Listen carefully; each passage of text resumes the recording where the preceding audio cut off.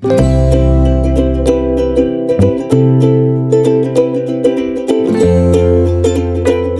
hello, salam sejahtera. Oke, saya kongsikan kepada Anda produk-produk yang saya tag dalam video saya. Ini adalah Jeep Buluwo Men Sling Bag. Ramai yang minat bag ini, Jeep Buluwo Men Sling Bag. Kita ada Korean style glasses ataupun kacamata style Korean yang sangat viral di media sosial. Kita juga ada NY Head Bucket. Boleh guna di mana-mana, jalan-jalan, nak memancing boleh guna. Kita ada dua warna. Oke, ini adalah NY Head Bucket. And then kita ada perfume yang viral yang ramai suka, EDP ataupun Desandra Men Perfume. Ini Desandra Men Perfume. Kita ada Rexona yang menjadi kegilaan ramai, terutamanya kepada wanita, Rose Glow Rexona. Dan kita ada smartwatch, Amazfit T-Rex smartwatch. Semua produk ini saya tag dalam video, Anda boleh semak. Hello, salam sejahtera Malaysia. Selamat lifestyle. Terima kasih kerana terus setia dan terus bersama di dalam channel ini. Saudara-saudara, antara spekulasi ataupun cadangan daripada netizen, ada yang bersetuju gabungan baharu politik di Sabah bagi mendepani pilihan raya negeri ke-17 Sabah. Ada yang kata setelah STAR keluar daripada JRS disusuli oleh SAPP, ada yang kata kedua-dua parti ini sesuai untuk menubuhkan gabungan baru. Ada yang berpandangan begitu, tapi ada juga yang tidak setuju. Ada yang mahu STAR gerak solo. Tapi ada satu cadangan yang terlintas di pikiran saya. Bagaimana pula kalau STAR bergabung dengan Warisan? Wow! Bayangkan Syafiq Apdal, bekas Ketua Menteri Sabah, dan juga Jeffrey Kitingan sebagai Presiden STAR, dan sebagai jawatan beliau sebelum ini Timbalan Ketua Menteri 1 Sabah. Jawatan beliau saya tidak pasti masih ada atau tidak karena beliau sudah keluar daripada JRS. Tapi kita dapat lihat kedua-duanya pemimpin yang berpengalaman dalam pentadbiran, dalam pengurusan dan macam-macam lagi, dan kedua-duanya adalah ikon politik utama di Sabah. Masing-masing adalah presiden kepada parti mereka, STAR dan Warisan. So saya nak tanya korang semua, kira-kira daripada Sabah kah, penyokong STAR kah, penyokong Warisan kah, penyokong mana-mana parti kah? Kalau STAR dan Warisan mengadakan gabungan baru ataupun pakatan baru PRN 17, adakah gabungan ini akan menggegar PRN 17? Adakah gabungan ini bakal menjadikan satu gabungan yang boleh mempunyai yang cukup membentuk kerajaan negeri Sabah? Bayangkan kalau Syafiq Apdal jadi Ketua Menteri, Jeffrey jadi Timbalan Ketua Menteri, ataupun Jeffrey yang jadi Ketua Menteri Sabah dan Syafiq Apdal jadi Timbalan Ketua Menteri Sabah. So kepada Anda di luar sana, adakah Anda setuju dengan pandangan, cadangan ataupun komen Warisan dan STAR mengadakan pakatan baru di dalam PRN 17? Apa pandangan Anda? Hai, hello, salam sejahtera Malaysia. Selamat datang ke channel Fels Lifestyle. Terima kasih kerana terus setia dan terus bersama di dalam channel ini tanpa membuang masa lagi. Semakin panas rakyat Malaysia, rakyat Sabah bercerita tentang PRN 17 Sabah. Pertama, parti komponen keluar daripada JRS, yaitu parti Kerajaan Negeri, pimpinan Haji Jinor, pengerusinya dan juga sebagai Ketua Menteri Sabah. STAR keluar JRS, SAPP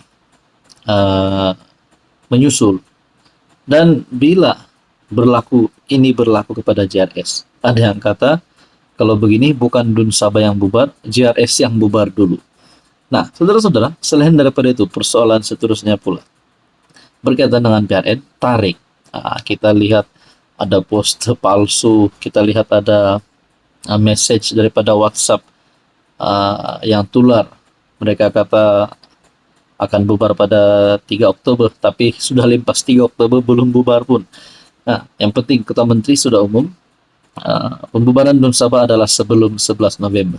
Jadi tidak mustahil untuk DUN Sabah bubar pada 10 November. Jadi bulan 10 ini kita masih ternanti-nanti. Belum ada pengumuman resmi. So, Saya ada buat survei. Nah, saya ada buat survei tarik rasmi untuk eh, tarik rasmi yang cantik untuk pembubaran Dun Sabah. Saya ada buat survei dan saya sudah menerima beberapa respon daripada netizen. Nah, oke, sebelum saya teruskan, saya perkenalkan kepada Anda terapi imun transfer factor. Pada Anda di luar sana yang ada masalah kesehatan, penyakit berulang, sakit paru, sakit pinggang, kencing manis, diabetes, kolesterol darah tinggi. Mungkin ini adalah jawaban kepada doa Anda. Terapi imun adalah selamat, halal, dan semula jadi. Kepada Anda di luar sana yang ingin mendapatkan tips dan nasihat tentang terapi imun, Anda boleh menghubungi saya. Saudara-saudara, persoalan pertama adalah berkaitan dengan PRN adalah adakah JRS yang bubar? Kedua, berkaitan dengan tarik PRN. Ketiga, berkaitan dengan skandal Rasa Sabah yang menjadi cerita paling panas di kalangan kepimpinan partai, bahkan kalangan pengulas-pengulas politik. Tidak kira lah yang profesional kah, yang di kampung-kampung kah, semua bercakap tentang isu rasuah berkaitan dengan skandal Rasuah Sabah. Bagi saya, saudara-saudara, bagi saya, ini pendapat pribadi saya. Kalau benar adun-adun yang disebut, pemimpin-pemimpin yang disebut terlibat dengan rasuah, bagi saya mereka tidak lagi layak untuk bertanding PRN 17. Mereka perlu ditangkap. Sekiranya mereka bersalah. Itu pada pendapat saya. Kita tidak tahu kalau mereka bersalah atau tidak, karena kita menantikan keputusan yang sah. Bukan daripada cerita-cerita kedai kopi, kedai mamak, tapi kita mau keputusan yang benar, yang sahih daripada mahkamah. Nah, itu bagi saya. Oke, selepas itu berkaitan dengan PRN 17 Sabah pula, gabungan baru pula, spekulasi berkencang. Semakin ramai bercerita di seluruh Sabah. Staf SCPP sudah keluar daripada JRS. Adakah staf akan membentuk pakatan baru, mungkin bersama warisan? Mungkin jalan solo, ataupun mungkin juga staf dan SCPP bentuk gabungan baru, pakatan baru. Nah, saudara-saudara, banyak kemungkinan. Dan ada satu tajuk berita daripada rakan saya, dia timbulkan persoalan. Daripada rakan saya, dia tanya kepada netizen mengenai tajuk beritanya. Adakah PRN 17 Sabah dibatalkan? Tidak jadi untuk Dun Sabah bubar, PRN 17 extend. Tapi kita sudah tahu bahwa Dun Sabah bubar secara otomatis pada 11 November. So, berkaitan semua ini, yang saya kata tadi, saya ada buat survei berkaitan tarik pembubaran Dun Sabah. Mana tarik rasmi yang cantik? Pertama, saya tanya, pilihan pertama 10 Oktober, pilihan kedua 15 Oktober, pilihan ketiga 20 Oktober, pilihan keempat 28 Oktober. Dan mengikut peratusan, pilihan pertama 10 Oktober sebanyak 57% mendapat pilihan tertinggi. Dan 15 Oktober 13%, 20 Oktober 16%, 28 Oktober 14%. So, kepada Anda di luar sana, saudara-saudara, berkaitan semua persoalan yang saya timbulkan sebentar tadi, Anda rasa mana satu yang menjadi satu perkara yang sangat penting yang perlu diselesaikan secepat mungkin? Berkaitan ini, apa komen Anda?